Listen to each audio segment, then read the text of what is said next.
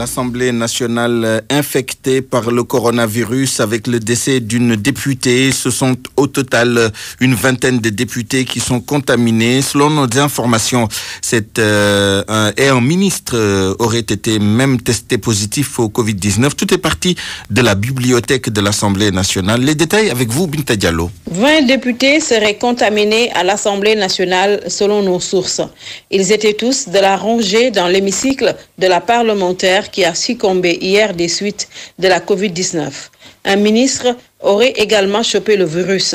Son absence est remarquée depuis quelques jours. C'est son intérim qui le supplée à la plénière.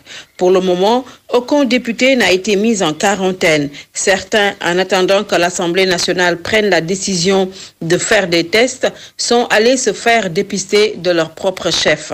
Mamadou Lamine Diallo a lui révélé déjà dans les réseaux sociaux qu'il a été testé positif au coronavirus. Depuis hier, donc, un huis clos pour la poursuite des débats a été décidé. Ce matin, ce fut le cas. Les travaux sont présidés par le président Moustapha Niasse. Présents dans la salle, les membres du bureau, les présidents de commission et chaque groupe parlementaire a le choix de proposer ceux ou celles qui le représentent au sein de la plénière. L'hémicycle a été désinfecté hier soir, tout comme la bibliothèque d'où le premier cas de Covid-19 a été enregistré il y a de cela une semaine.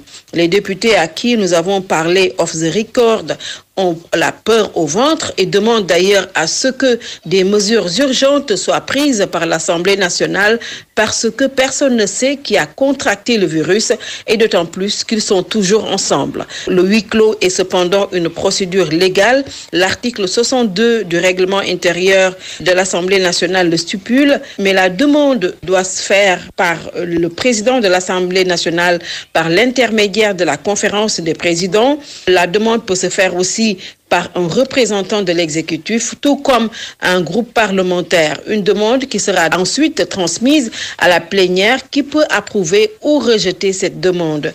Mais ce cas de force majeure créé par la Covid-19 n'est pas pris en compte par l'article 62 du règlement intérieur de l'Assemblée nationale.